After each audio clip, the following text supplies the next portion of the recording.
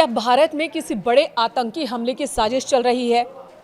हरियाणा के फरीदाबाद में 360 किलो विस्फोटक मिला, AK-47 मिला। उधर गुजरात ATS ने दावा किया है कि जहर वाले हमले की भी साजिश चल रही है। आपको बताते हैं कहां-कहां क्या-क्या एक्शन हुआ है। दिल्ली से सटे फरीदाबाद में 360 किलोग्राम विस्फोटक, गोला बारूद और 2 राइफल बरामद किए गए। जम्मू कश्मीर के अनंतनाग से हुए डॉक्टर आदिल अहमद राठेर की निशानदेही पर इतनी बड़ी मात्रा में विस्फोटक बरामद किया गया है। बीते दिनों ही इसकी गिरफ्तारी हुई थी।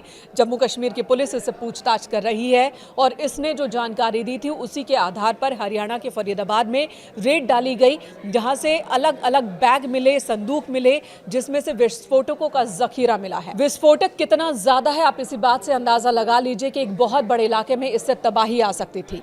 तो क्या पकड़े गए आतंकियों की साजिश दिल्ली में एक बड़ा ब्लास्ट करने की थी?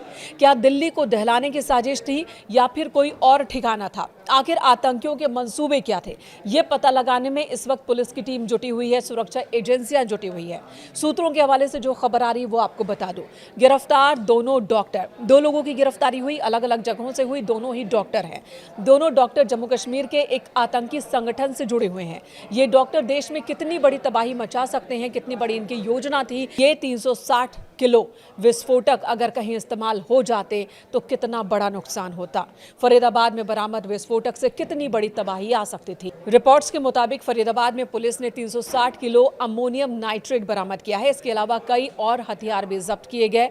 अमोनियम नाइट्रेट से लो इंटेंसिटी और हाई इंटेंसिटी विस्फोटक तैयार किए जाते हैं। देश में इससे पहले कई आतंकी वारदातों में इसका इस्तेमाल हो चुका है और एजेंसियों ने अमोनियम नाइट्रेट पहले भी कई आतंकी वारदातों की साजिश में बरामद किए हैं। इसके अलावा यहां से असॉल्ट राइफल भी बरामद की गई और इस पूरे ऑपरेशन को गुपचुप तरीके से अंजाम दिया गया है। किसी को इसकी भनक नहीं लगी। इस ऑपरेशन को बीते 15 दिनों से चलाया जा रहा था। फरीदाबाद पुलिस कमिश्नर सतेंद्र कुमार गुप्ता ने बताया कि अभी तक इस मामले में 2 गिरफ्तारियां हुई हैं, एक फरीदाबाद से, दूसरी सहारनपुर से। फरीदाबाद से गिरफ्तार डॉक्टर यहां पर यूनिवर्सिटी में पढ़ाते थे, जबकि यूनिवर्सिटी का नाम है अल फिला, और इस पूरे टेरर मॉड्यूल का पर्दाफाश करने में 15 दिनों का वक्त लगा। ज्वाइंट ऑपरेशन चलाया गया। ऑपरेशन अब भी जारी है। सतेंद्र गुप्ता ने इस बात को लेकर जानकारी दी कि नेशनल सिक्योरिटी को ध्यान में रखते हुए बहुत सारी डिटेल्स वो साझा नहीं कर सकते, लेकिन इस पूरे मॉड्यूल का एक डॉक्टर अभी भी फरार है। 9 दिन पहले डॉक्टर मुजम्मिल की गिरफ्तारी हुई थी। मुजम्मिल एक फिजिशियन है। उसने फरीदाबाद के धौज थाना क्षेत्र में किराए पर एक रूम लिया था और वहीं पर ये सभी विस्फोटक हथियार रखे गए थे। बीते 3 महीने से ये कमरा खाली था, कोई यहाँ रहता नहीं था और जब यहाँ पर रेड डाली गई तो यहाँ पर हथियारों का जखीरा मिला। वहीं गुजरात ATS की बात कर लेते हैं। गुजरात ATS ने एक बड़े आतंकी हमले की साजिश का खुलासा किया। हाल ही में ATS ने 3 संदिग्धों को अलग अलग जगहों से पकड़ा था और दावा किया कि ये केमिकल हमला करने वाले थे। आतंकियों के निशाने पर लखनऊ का RSS दफ्तर भी था।